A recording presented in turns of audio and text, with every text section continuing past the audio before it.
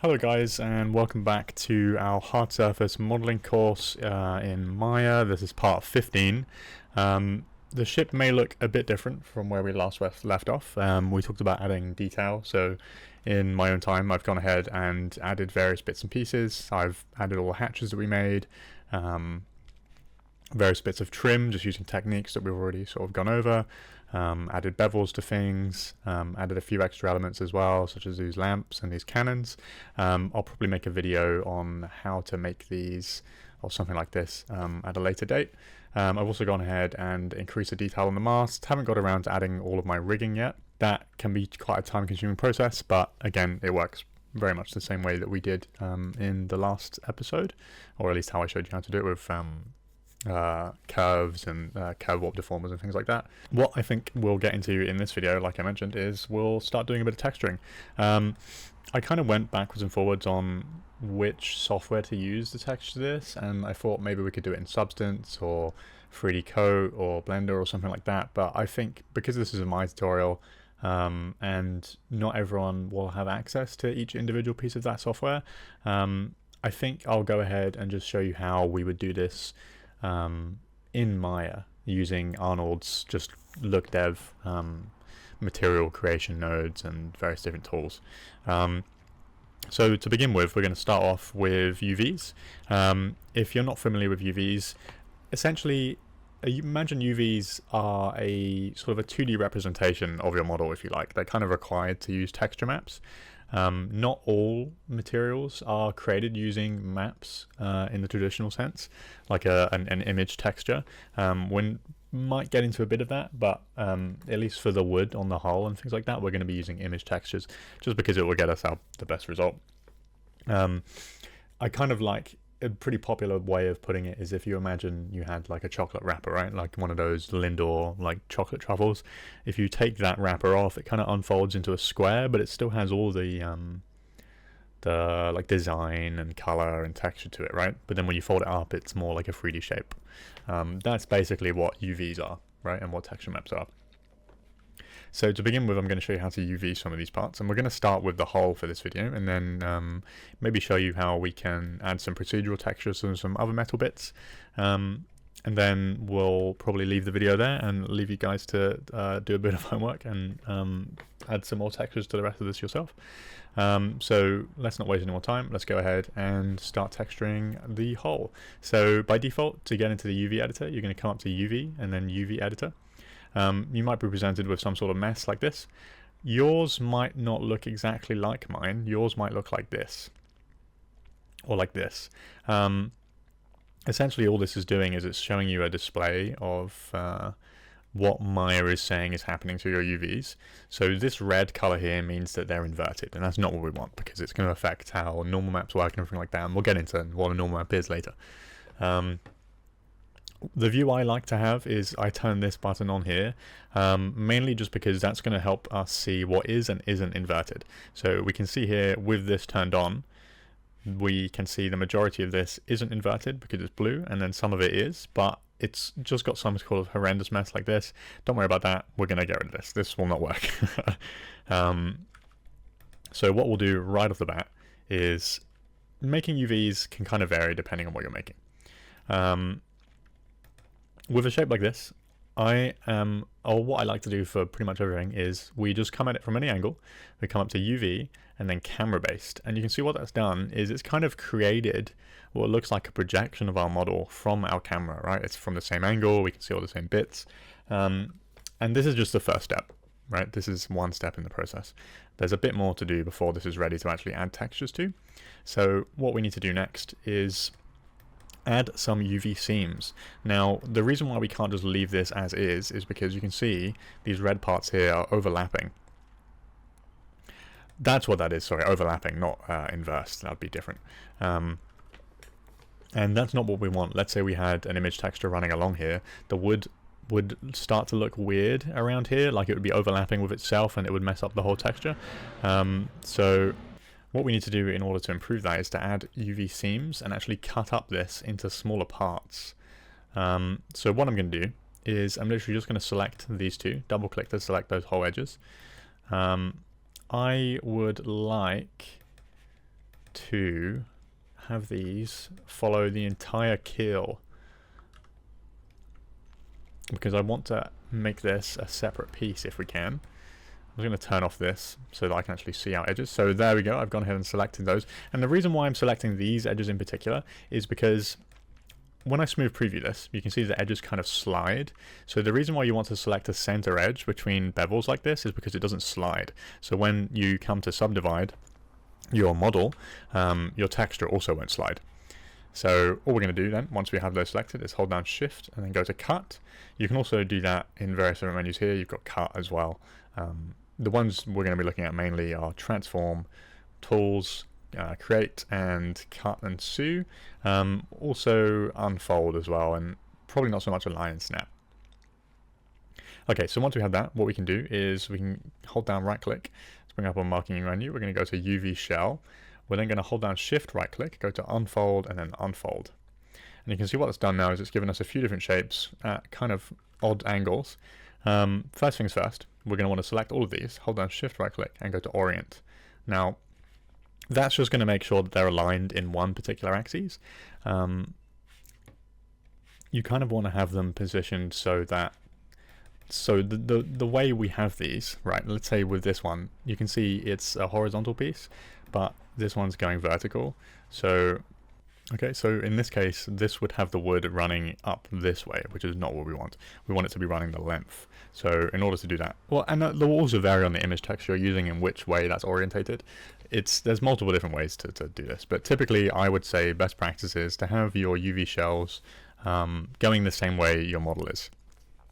So we're just going to go ahead and do another unfold there, and then we just need to figure out which way this is up exactly. So that seems to be the right way. We've got our edges selected here, and you can see it's reflected in our model. So that would be the right way up, and then this one, while flipped, is also the right way around. If I go ahead and look at edge select, you can see or vertex, sorry. You can see we've selected the top vertex. This one here, we're also going to want to just rotate that 90 degrees under Tools. Okay, and then there's one last thing we need to do.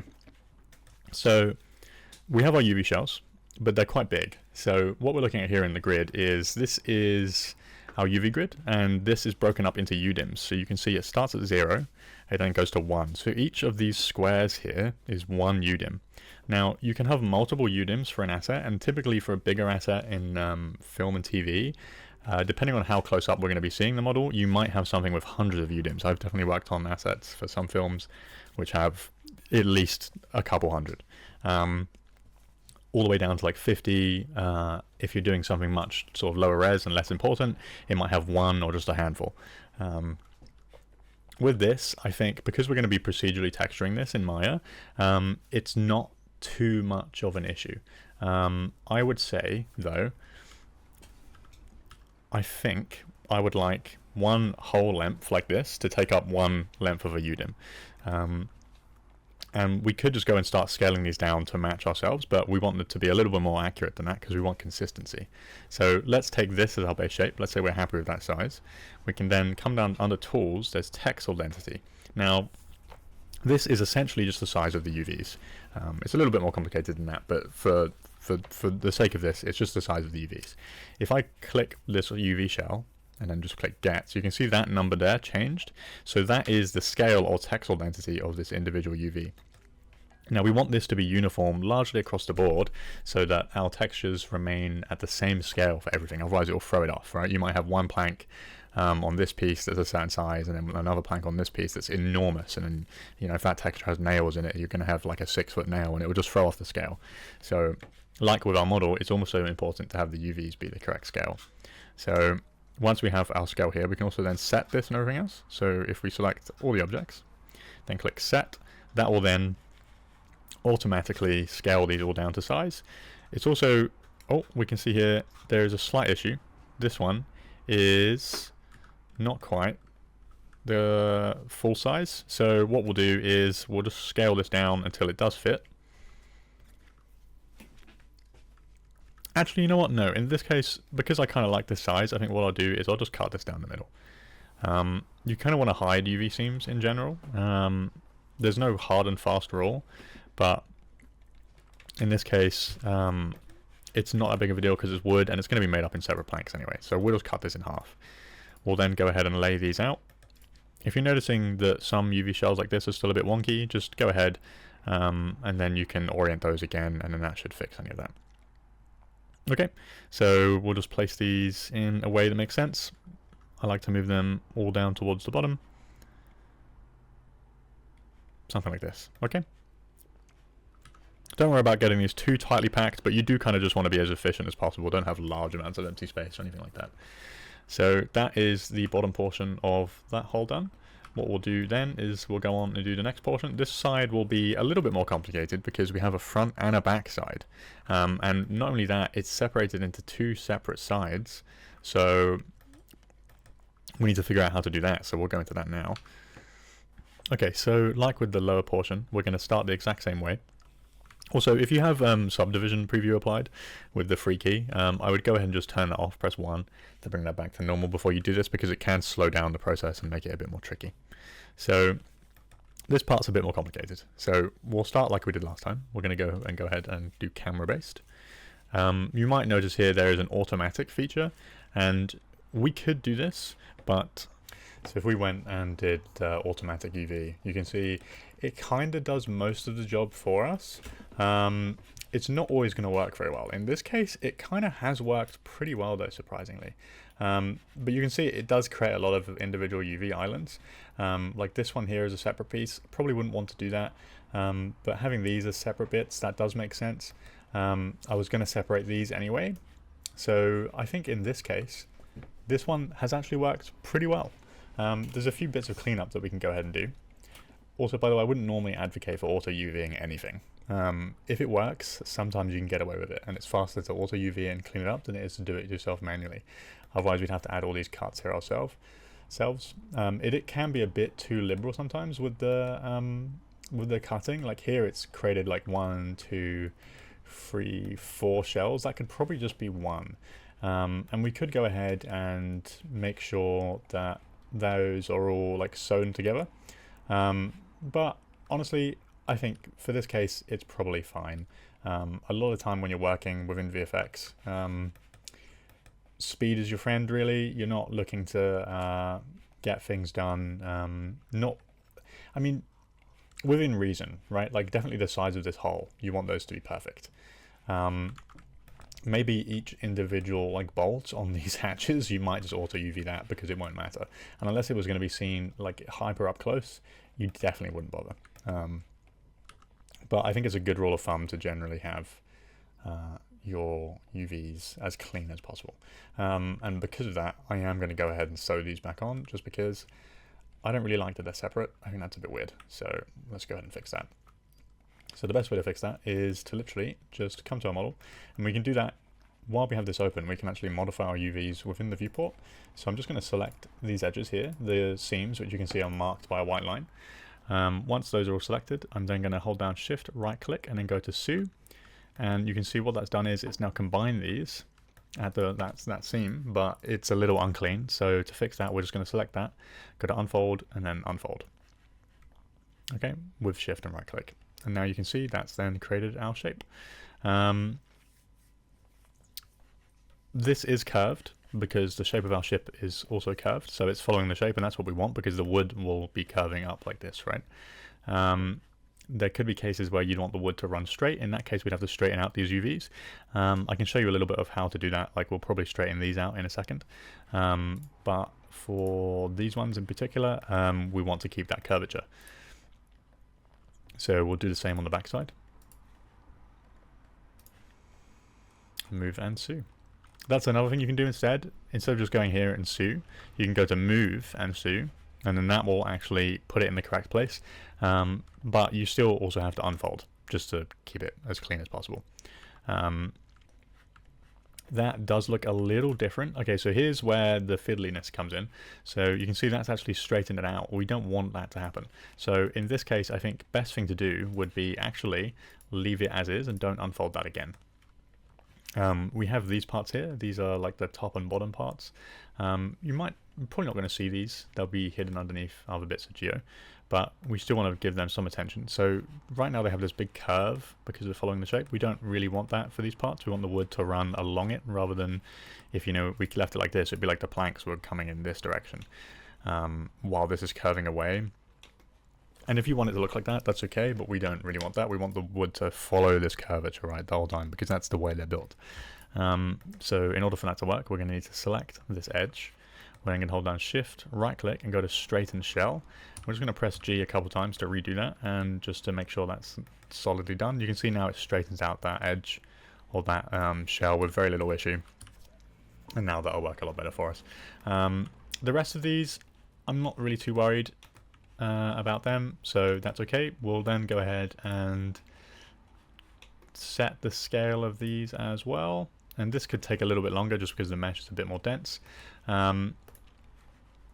We'll then go ahead and lay these out. So if you want to lay these out quicker rather than doing it manually, because we've got a lot of different shells here, what we can do is select everything, hold down Shift, right click, go to Layout, and then Layout UV. By default, that's not going to do exactly what you want. There's a few settings you're going to need to change. So if you go to this square here instead, it's going to bring up your settings. And there's a few, just basically copy the settings I have exactly here. So for method, you want that to be unfold 3D, fix non-manifold geometry in case you have any issues. It will warn you beforehand. You can just say yes. Translate shells, but don't rotate them because we want to keep the rotation we set ourselves. The shell padding, now that will be the spacing between the individual shells, and that will vary depending on what you're making.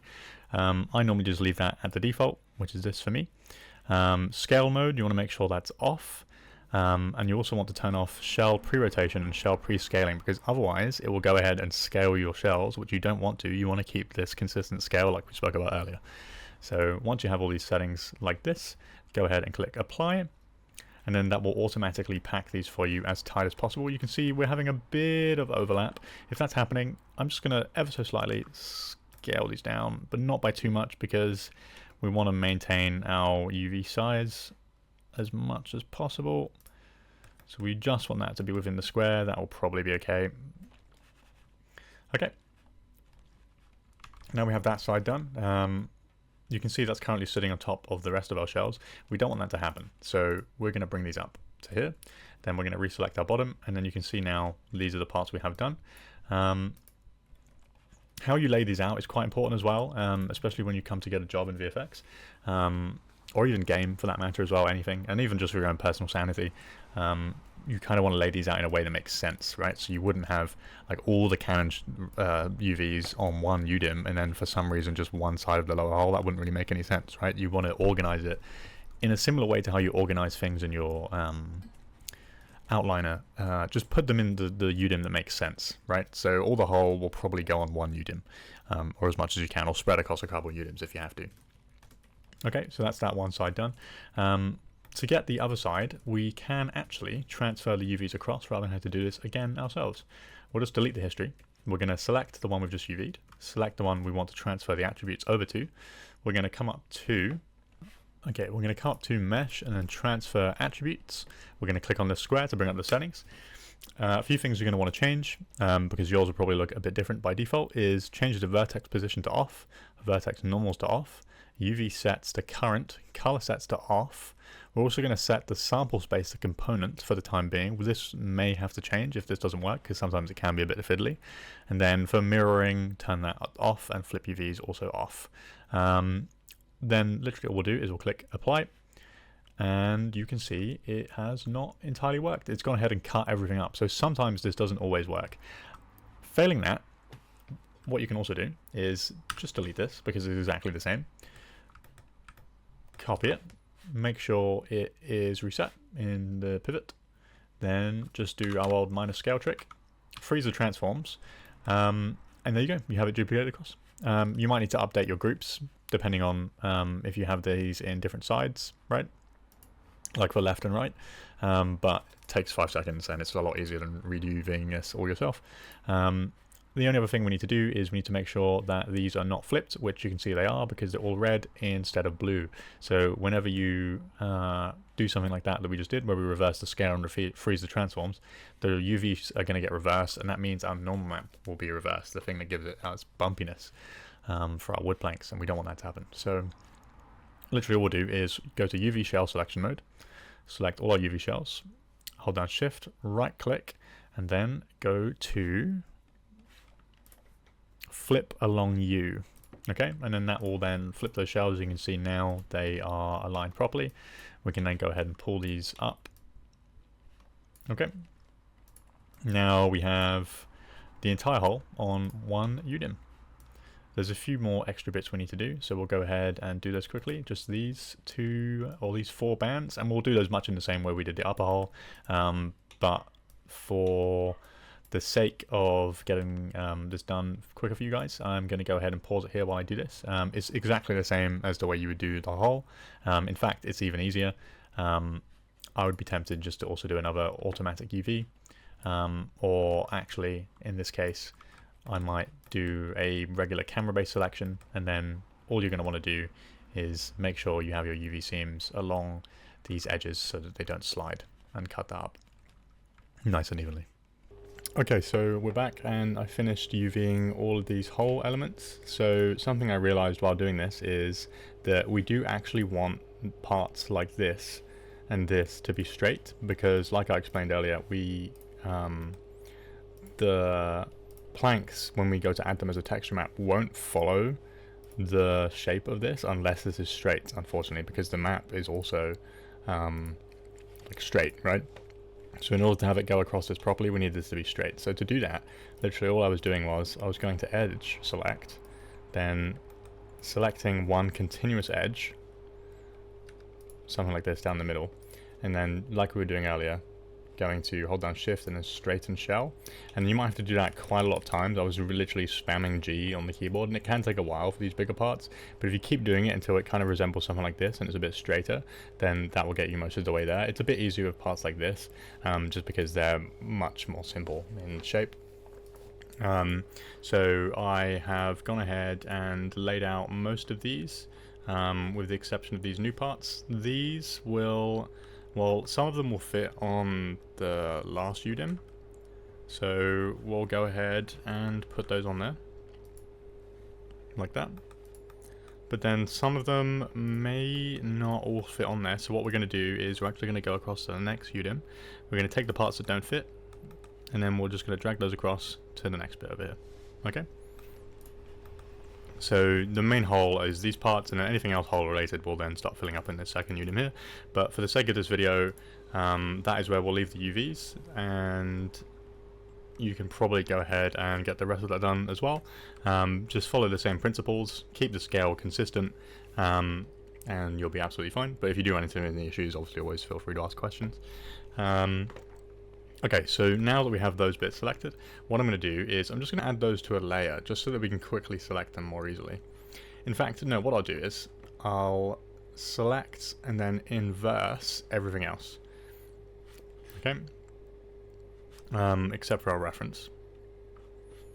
Then I'll go ahead and add that to a layer, because then we can go ahead... Oh, no, that's not working quite right for some reason.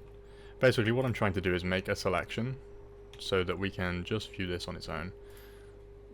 Select, inverse. Okay, that's not working quite how I would like.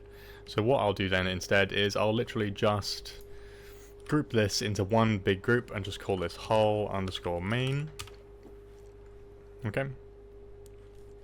Then I will just isolate that. Okay, so that gives us the main hole pieces, missing the upper deck for now, but we can show you the principles on what to do with these. So all of these parts now have UVs, and we're ready to go and start adding texture maps. So the first thing we're going to do is we are going to apply a material to these parts here, and we're going to call it, we're going to right click and go to assign new material, then we're going to come to Arnold, because that's the render engine we're using, and we're going to create the AI standard surface. Now this is kind of like the standard material shader for anything that you create in Arnold, shader wise. It has various different properties such as roughness, metalness, color, and so on, and we'll get into what those are in a second. But this is where we're going to build our material from. It's going to change the color of your objects like this. I don't actually want to see the color in the viewport, so I'm going to click this button up here, and that will use the default material and return it back to gray, but we know it has this material on there. We'll also go ahead and rename this something like wood upper deck. Okay, then what we'll do is we'll go ahead and add a separate shader to these parts here, because we want these to be a different color. Okay, and then we'll call this wood upper deck bands. Okay, then we'll add one more shader to the bottom part, and we'll call that wood lower hull. Oh, this should be upper hull, sorry, not upper deck. Okay, and then you might be wondering, where do we get our materials from to add our wood textures to this? So I have a few recommendations for you. There's two free, very, very good resources for models and textures. One of them being AmbientCG. Now, there's a huge library you get access to here of some models, but mainly on AmbientCG, it's textures and also HDRIs. You can come to this link up here. I'll probably include it in the description. You can go under type and category. We can change this to something like wood, and you can see here there's 99 different wood materials as these load in. You've got various different types of wood, from like whole grain wood, single planks, flooring, more worn wood, painted wood, and so on. There's also Polyhaven, which is a fantastic site as well. It's used by a lot of Blender artists, mainly. I think there's a plugin that's built in with Polyhaven to work directly with Blender. But even if you're not using Blender, the textures work the same. They're all PBR materials. So if I come over here to textures, you can see there's 600 individual textures, and they're broken down into different things like brick, stone, you've got rocky terrain, wood, metal. We're particularly looking for wood. You can see there's 67 different materials, and we're looking for a material that kind of is just like planked wood, right? Because we want our hull to be made up of individual planks. And I've had a little look through this list, and I've decided we're going to use this one here called raw plank wall. Now, we're not really going to be taking the color from this. We just want the individual planked wood. This is available up to 8K for free, by the way, which is absolutely insane, from 1K to 8K. We're specifically going to take the 4K textures. It's about 70 megabytes. So we'll just go ahead and download that and then put that somewhere that makes sense. Okay, so I've gone ahead and made a folder within my ship project called textures, and then we'll get a zip file like this from Polyhaven. I'm just going to go ahead and extract that to this location. You'll get a few different files here. There's a Blender file. You can keep that if you want to, but for me, we will not be using this. And then within there, you get your maps. So we have diffuse, which is essentially just the color without any lighting information. You have displacement, which if we wanted to, we could use this to actually displace the geometry. And then on top of that, we also have a normal map and also a roughness map. Now, roughness will kind of affect the shininess or how reflective a surface is. And normal is kind of like, through tricks of the light and the software, you can kind of fake a bumpy surface, even though it's not actually doing anything to the geometry like a displacement map it would. And I'll show you how that will work in just a second. So if we take this material here, we're going to come up to our Hypershade editor, which is just this little blue ball up here. If we just open that up. Okay, we're going to look for our material up here, which we want wood upper hull. There we go. And then we're just going to press this button here, and that's going to frame that for us. And this might look a bit intimidating to begin with. There's a lot of different things you can plug in here, but there's only a few we're really looking for here. So what we mainly want is the normal map, and that's going to get plugged into normal camera. But in order to do that, I'm going to press tab on the keyboard and type in AI normal map. Now AI, it doesn't stand for artificial intelligence. It's kind of like the symbol or word for Arnold shaders within Maya. This being specifically an Arnold one. And this is the normal map node. So we need to run the files through this in order for the normal map to work. We're going to take our out value, put that in normal camera. We're going to press tab again and type in file, and we're going to take the file and then in brackets texture one here, and we're going to take the color and plug that into the input. Okay. Now if I make a note of our texture location here, I'm going to come over to image name with the file node selected. We're then going to go to where our normal map is. Okay. You can see that looks something like this, like a funky blue texture, but this is going to tell Maya and Arnold how the light should be reacting in order to fake this surface. So we're just going to press open. Now, whenever you're doing things like normal maps and roughness maps, you want to make sure under color space, instead of, by default it will probably be set to like display sRGB, but you want to change color space to, under utility, go to raw. Okay, and that will allow the normal map to work most effectively. Also, just to prevent a little error coming up, just tick this here, ignore color space file rules, otherwise every time you render it's going to shout at you even though we've done the correct thing. Okay, now in order to actually see this, we are going to want to do a little bit of rendering. So we're covering quite a bit in this episode, and to render this to begin with, we will just go ahead and chuck in, let's create, for the time being, a HDRI or dome light. These get used quite a lot to accurately create reflections. We're going to use an image or HDRI, high dynamic range image, to act as our light source for this, and we're going to apply that to our dome. So you can also get those from Polyhaven and AmbientCG. So on AmbientCG, if you come over to, we go to all assets and HDRIs, you can see there's various different types here, okay, from like harbors, different times of day, from like dawn, midday, forested, urban, indoor even. Polyhaven, I believe, also have some HDRIs as well, which are very, very nice. You've got some beach ones here, they might be a good choice for this. I've gone ahead and downloaded quite a few already, so I'm going to go ahead and plug that in. What you're going to want to do is select your sky dome light, come up to color, press this button here, and then go to file. So this is working much like the nodes we created already. Like if we open up the Hypershade editor, you can see here, you can actually see it, but here we're doing it a bit less manually.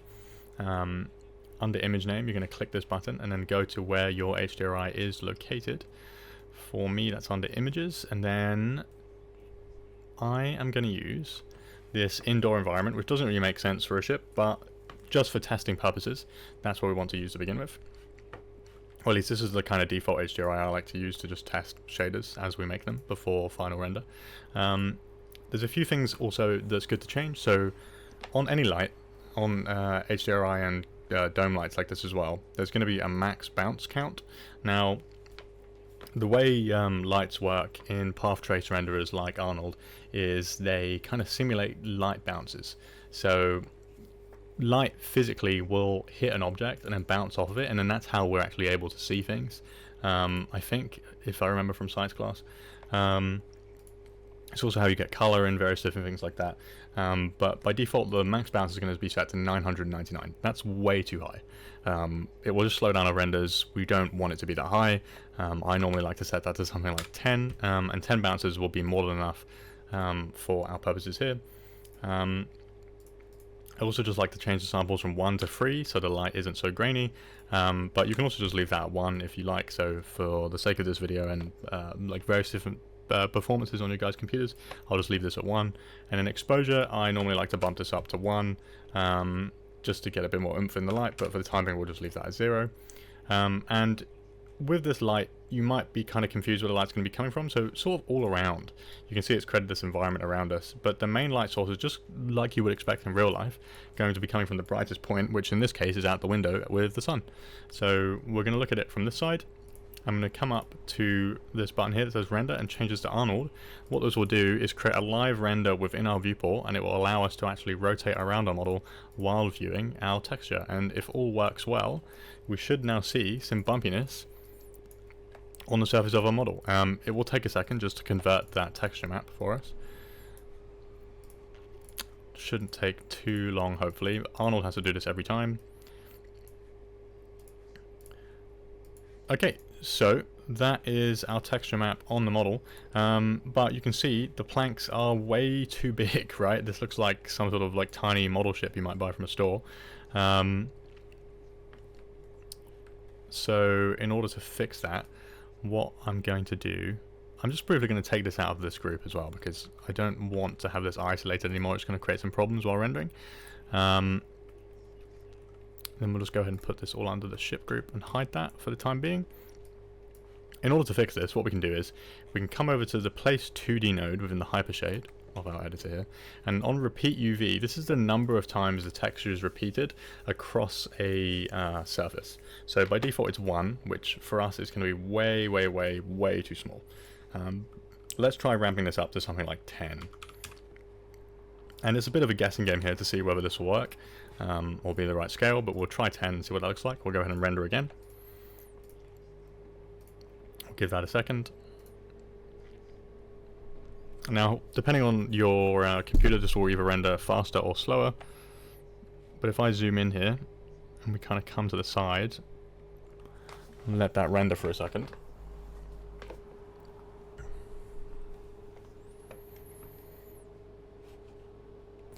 Okay, now that's rendered, you can see that the wood grain is actually running along the length of our ship. We're getting a bit of distortion, but that's okay, we can go ahead and fix that later. And you can also see we're getting like individual plank breakup and some really nice sort of wood texture and like pitted parts, and looks a bit aged.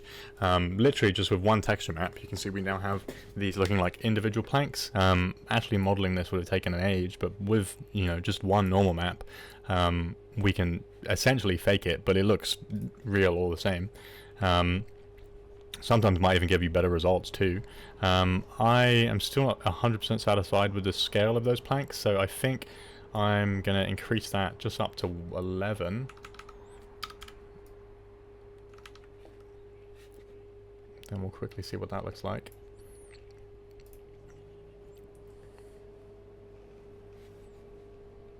Okay, yeah, I'm a bit happy with that size. I think that looks better. For the scale here, then what we want to do as well is we want these same wooden planks, because they'd all be made out of the same sort of wood, right, on everything else.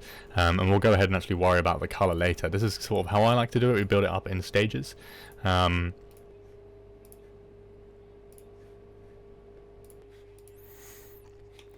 Okay, so we have our 3 different shaders here. We have the upper hole bands, and wood lower hole. We want to add our normal map to all 3 of those shaders with the exact same sort of material and scale. In order to do that, what we're going to do is we could just plug this same normal map into each node, right, and just share the same normal map, and that's perfectly valid, but the way I like to do it is actually have individual ones. So to do that, you're just going to select your normal map here, come up to edit, and then duplicate shading network. It's important you don't do it just at this node, because if we did that, all you're going to get is the file, but we want to take the normal map with it as well. So we're going to duplicate that out 3 times and connect that up to the normal map of our 3 different textures, and then we'll just come up and render that again. And if we just give that a second, what you're going to see now is we have this nice wood planked texture running across the entirety of our ship, and this is already adding so much more life to this, right? Like, the modeling is very, very fun, but I feel like this is where really things come to life, because it looks like it was made out of a real material now. Even from this distance, right, you can see the individual planks, and it looks really, really cool. This texture works actually quite well. I only just found this today. And because we ended up straightening these panels out, you can see that the wood planks are following the shape of our hull really, really nicely, how you would expect it to in real life. The only part I am slightly worried about is this lower hole here, but it looks like that's kind of worked perfectly as well. They do sort of, I think the creation of this looks quite complicated, the bottom part of the hole, but the bands do tend to flow in this kind of direction, from what I remember on my previous model, so that really has looked and come out quite perfectly, to be honest. I'll probably do another video later on, just a mini videos of covered bits that we missed, to show you how to actually split this up into individual planks, but genuinely I would not bother. Like, unless you really, really need to, and if you need to add like some destruction, or you're going to be really, really up close, texture maps, as you can see here, work completely fine. And this took like literally a couple seconds, and this is a free resource as well, so definitely go ahead and show those websites some love, because the people that upload to that give this all away for free. So that is kind of our base texture on there. What we're then going to go ahead and do is add some color. Now you could add any kind of color you want, really. You can make this pink if you like. I'm going to go ahead and add sort of a classic black and yellow, based on this reference that I have here. Idea being that the bands are going to be yellow, and then the rest of the hole will be black.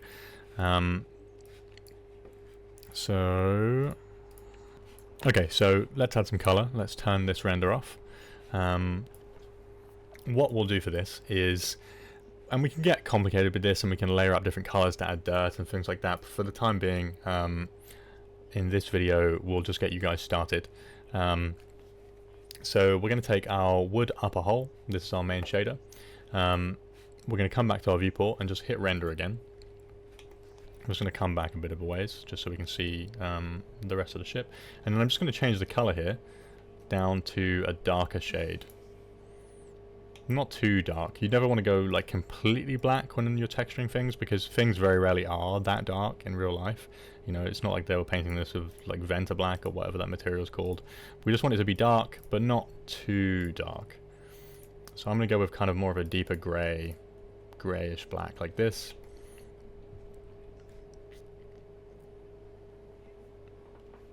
Maybe even a tad bit lighter.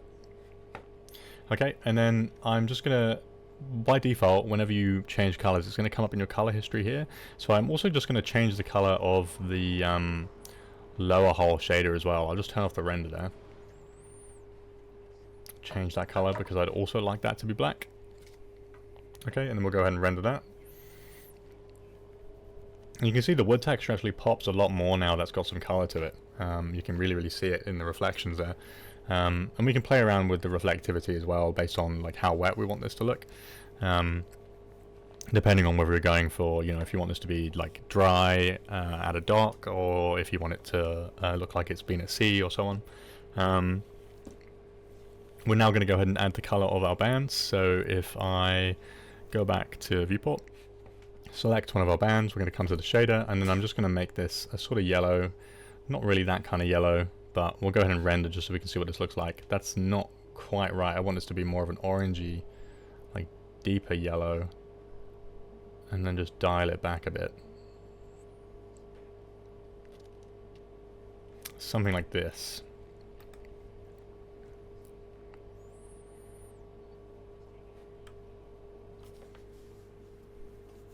Okay, yeah, I quite like that. Also, if you're wondering, by the way, if you keep selecting your light and you don't really want to, I normally just add it to a layer like we did for our reference.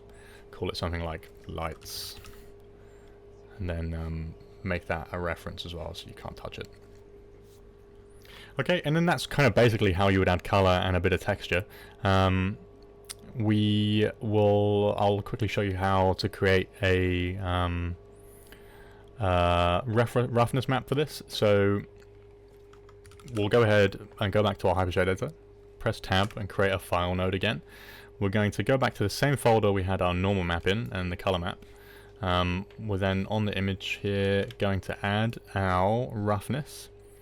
Okay, that's a white texture like this. Black will be the most sort of reflective, white being the most rough. So you can see here there's kind of all a bit of a grey with some variation, and in your roughness and your textures really as well, you want to have variation because it kind of adds realism. Like nothing is perfectly smooth. Even the smoothest surfaces in real life have some like roughness to it, right?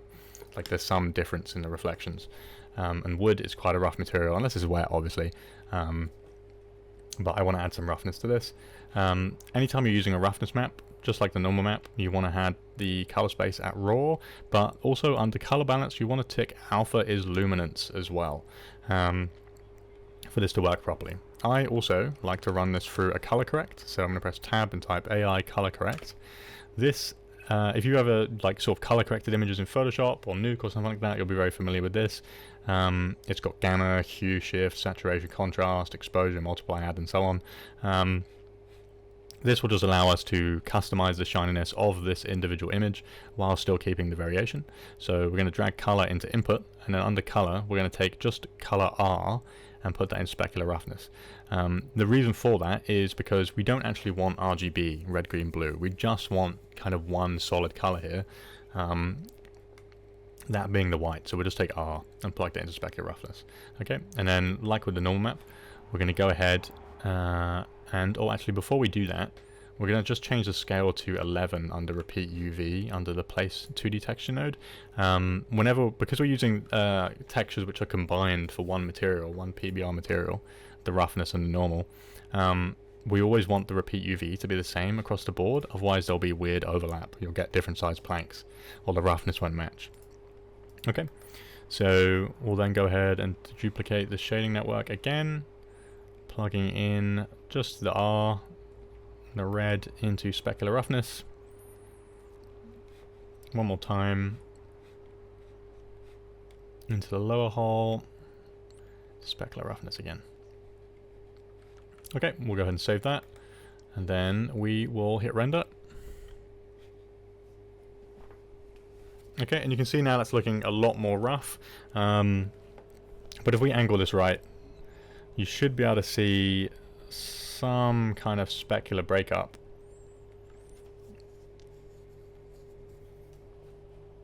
Okay, yeah. So it's kind of hard to tell, it's a bit grainy, but you can, just because the render's not finished, but you can see there's kind of like a varied reflectivity to the wood now. I think would like this to be a little shinier, like it's been waxed. At least that's what I can see in reference of the HMS Victory. So I am going to take our color correct node for our upper hull. We're going to come to Attributes Editor. Sometimes while you're rendering, it might not show up straight away. If it doesn't, just stop rendering, go to Viewport, and then render again, and it should appear up here.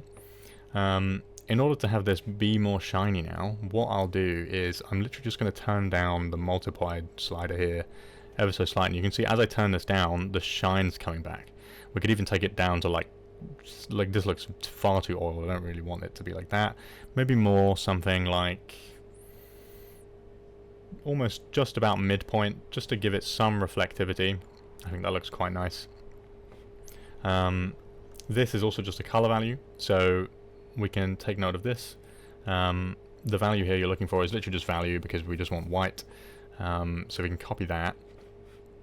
If we come away from our render, we can then go ahead to our other nodes, and then we can paste that in the value, or you can even take it from the swatch to make sure this is all the same. Okay, and that's how you add some basic color and normal and roughness breakup to your mesh. I'll probably make another video later on kind of more advanced shader creation, where we can start layering up like different dirt materials and things like that to give this a bit more life and less kind of like a fresh off the assembly line type look. But that's kind of just a brief intro to get you started and added some color and texture to your model. One other thing I will quickly show you how to do is adding some like procedural metal materials. If I enable the rest of our ship here real quick, and go ahead and find something that would probably be metal, let's say like this cannon barrel, okay? For the time being, I'm just going to duplicate that and take that out, just so that I can see that on its own. Okay. Now if I add a new material to this, assign new material, Arnold, AI standard surface, and I'm going to name this cannon underscore metal. Okay, there's this button over here called presets.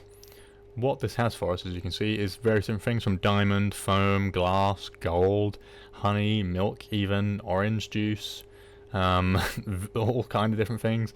What we're looking for here is brushed metal, just because it's a good base metal.